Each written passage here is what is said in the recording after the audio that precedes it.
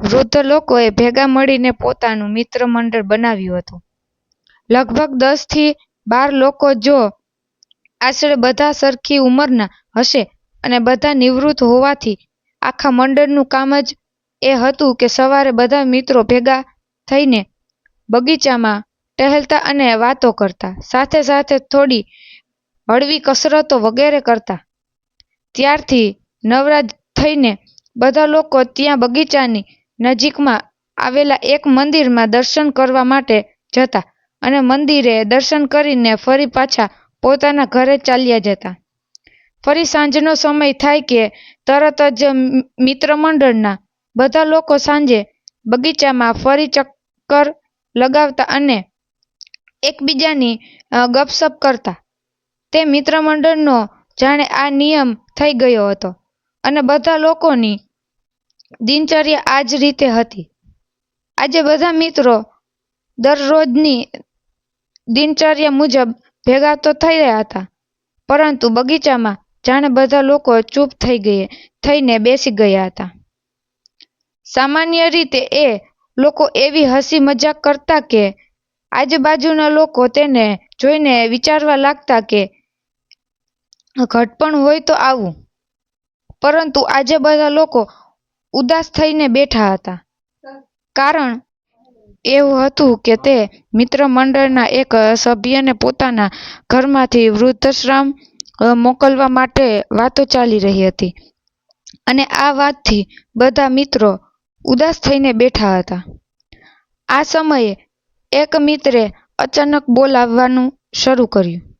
તેને કહ્યું, મારી પત્નીનો સ્વર્ગવાસ થયા પછી આ મિત્રમંડળ જ મારી દુનિયા બની ચૂક્યું છે.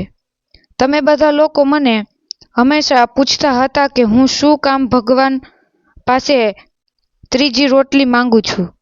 આ વાતનો જવાબ હું આજે આપીશ. એમ કહીને તે પોતાની જગ્યા ઉપર ઊભા થઈ ગયા. બીજા એક મિત્રએ તેને પૂછ્યું કે શું તમને તમારી વહુ માત્ર 3 રોટલી જ આપે છે, એટલા માટે ભગવાન પાસે ત્રીજી રોટલી માંગો છો? સામે જવાબ મળ્યો, અરે યાર, એવું કંઈ નથી. મારા દીકરાની વહુ તો ખૂબ જ સારી છે, પરંતુ હકીકતમાં રોટલી 4 પ્રકારની હોય છે.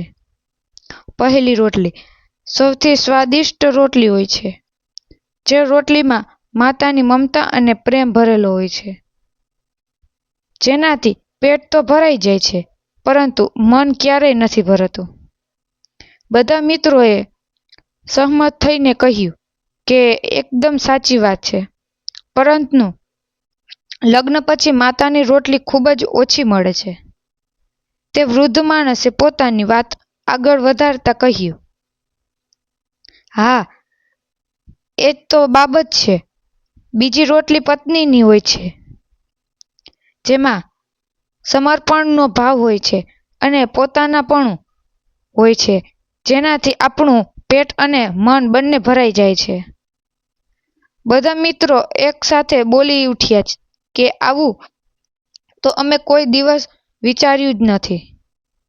આપ શું વાત કરી રહ્યા છો? એક મિત્રે ફરી કુતૂહલ સાથે પૂછ્યું કે તો પછી ત્રીજી રોટલી કોની હોય છે? વૃદ્ધ માણસે જવાબ આપ્યો કે ત્રીજી રોટલી વહુની હોય છે, જેમાં માત્ર કર્તવ્યનો ભાવ હોય છે, જે થોડો સ્વાદ પણ આવે છે, સાથે સાથે પેટ પણ ભરાઈ જાય છે અને વૃદ્ધાશ્રમની મુશ્કેલીઓથી પણ બચાવે છે. બધા લોકો ચૂપ થઈ ગયા. થોડા સમય સુધી શાંતિ પ્રસરી ગઈ. એક મિત્રે શાંતિ ભંગ કરતા પૂછ્યું કે ભાઈ, તો આ ચોથી રોટલી કઈ હોય છે? તેને કહ્યું કે ચોથી રોટલી નોકરાણીની હોય છે, જે રોટલી ખાવાથી માણસનું પેટ પણ નથી ભરાતું અને તેનું મન પણ નથી સંતોષ અનુભવતું અને સ્વાદની તો કોઈ ગેરંટી છે જ નહીં. તો ઘણા મિત્રો બોલ્યા કે તો હવે અમારે શું કરવું જોઈએ? તેને કહ્યું, માતાની હંમેશા પૂજા કરો પત્નીને જીવનમાં સૌથી સારા મિત્ર બનાવીને રાખો અને આપણી વહુઓને આપણી દીકરી સમજો અને તેની નાની મોટી ભૂલને નજરઅંદાજ કરતા શીખી જાઓ. વહુ પણ ખુશ રહેશે, દીકરો પણ ખુશ રહેશે અને આપણે પણ ખુશ રહી શકશું. અને જો કોઈ પણ કારણસર ચોથી રોટલી સુધી ભગવાન લઈ જાય તો ભગવાનનો ઉલટાનો આભાર માનવો કે ત્યાં સુધી તેને જીવતા રાખીએ અને હવે સ્વાદ કરતાં જીવવા માટે થોડું ઓછું ખાઈને જીવી લો જેથી ઘડપણ પસાર થઈ જાય. બધા મિત્રો વિચારી રહ્યા હતા કે ખરેખર આપણે કેટલા ભાગ્યશાળી છીએ.